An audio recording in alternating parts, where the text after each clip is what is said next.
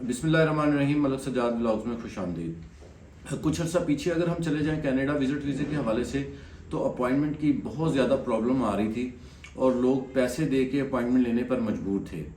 और some time ये होता था कि पैसे दे के भी हम अपॉइंटमेंट लेते थे तो उसमें ये होता था कि टाइम इतना ज़्यादा लग जाता था कि कुछ लोगों के जो हैं वो रिफ्यूज़ल लेटर ही आ जाते थे।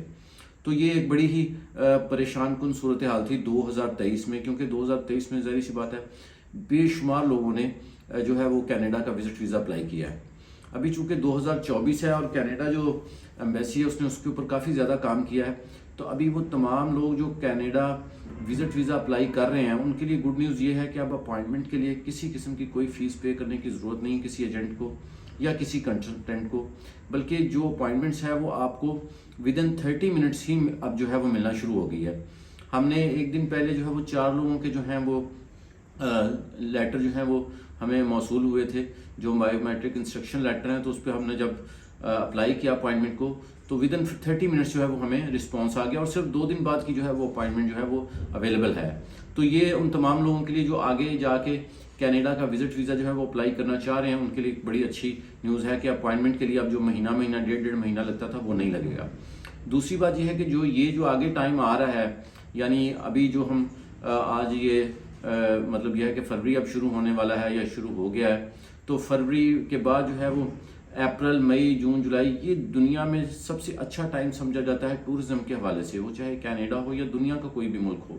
तो अगर आपने कनाडा का विजिट वीज़ा अप्लाई करना है तो ये बेस्ट टाइम है कि आप अप्लाई करें, क्योंकि उसकी वजह यह है कि ज़ाहिर सी बात है वहाँ सख्त सर्दी में तो टूरिज्म की किसी को समझ नहीं आती, बट ज़ाहिर सी बात है जब अप्रैल मई जून जुलाई है तो ज़ाहिर सी बात है ये वो मौसम है जिसमें दुनिया में एक अच्छी टूरिज्म जो है वो उसकी कम्युनिटी जो है वो बाहर आती है। तो अगर आपने कनाडा विजिट वीज़ा अप्लाई करना है तो ज़रूर अप्लाई करें। इसमें यह है कि अब आपको अपॉइंटमेंट की प्रॉब्लम नहीं आएगी। दूसरी बात यह है कि वो तमाम लोग जो कनाडा विजिट वीज़ा अप्लाई करते हैं वो चाहे किसी से भी कंसल्टेंसी लेते हैं, मेरी रिक्वेस्ट यही है कि थोड़ा पेशेंस के साथ जो है वो कनाडा विजिट वीज़ा अप्लाई करें, क्योंकि जो रिस्पॉन्स है उसके आने में समटाइम 3 महीने 4 महीने 5 महीने भी लग जाते हैं और कुछ लोगों का महीने डेढ़ के अंदर भी जो है वो जवाब आ जाता है। तो ये ज़रूरी नहीं है कि आपने अगर कनाडा विजिट वीज़ा अप्लाई किया तो 2 महीने के अंदर अंदर ही रिस्पांस आ जाए। इसमें समटाइम जो है वो कुछ देर भी लग जाती है। इसके अलावा जो डॉक्यूमेंटेशन के हवाले से अब लोग काफ़ी ज़्यादा जो है वो परेशान रहते हैं, पूछते रहते हैं। ये ज़रूरी नहीं है कि बहुत ज़्यादा डॉक्यूमेंट्स अगर हम लगाएंगे तो ही कनाडा का विजिट वीज़ा मिलेगा। जो बेसिक डॉक्यूमेंट्स हैं जिसमें 4 मंथ की या बैंक स्टेटमेंट है, अगर जॉब कर रहे हैं तो सैलरी स्लिप चाहिए, एनओसी चाहिए कंपनी से, या इसके साथ साथ अगर हम बिजनेस कर रहे हैं तो जो प्रूफ ऑफ बिजनेस है, जो उसकी बिजनेस की रजिस्ट्रेशन है, एनटीएन टैक्स रिटर्न या उससे रिलेटेड डॉक्यूमेंट्स हैं, ये अगर हों तो इस पे भी जो है वो वीज़ा लगने के उतने ही चांस हैं जितने कि आप बहुत ज़्यादा लगाएं। इसके अलावा ये भी नहीं है ज़रूरी कि जी आपके अकाउंट में करोड़ों रुपया हो तो ही आप विजिट वीज़ा अप्लाई कर सकते हैं, ऐसा भी दुनिया में कोई रूल नहीं है। एक लिमिटेड अमाउंट जो एम्बेसी समझती है कि एक बंदा जितना खर्च करता है उसके मुताबिक ही वो अमाउंट भी आपके पास होनी चाहिए।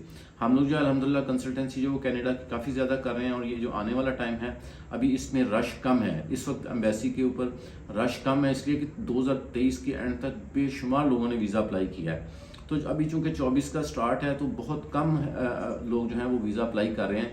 तो अगर आप कनाडा विजिट वीज़ा अप्लाई करने का सोच रहे हैं तो बिल्कुल आप अप्लाई कर लें, ये राइट टाइम है, अपॉइंटमेंट का भी इशू नहीं है। और उम्मीद है कि ज़ाहिर सी बात है एम्बेसी के ऊपर अगर बर्डन कम है तो वो फिर जो एप्लीकेशन हैं उसको भी गौर से देखते हैं और उसमें ज़ाहिर सी बात है जो जेन्युइन कस्टमर्स होते हैं या जो जेन्युइन टूरिस्ट होते हैं जो उनको समझ में आ रहे हैं तो उसमें वीज़ा रेशो भी बेहतर हो जाती है।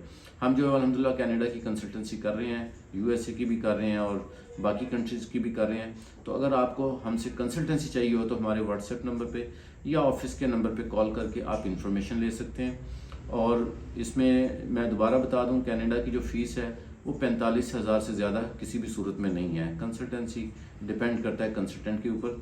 तो आप हमारे ऑफिस के व्हाट्सएप नंबर पे या लैंडलाइन पे कॉल करके आप इंफॉर्मेशन ले सकते हैं।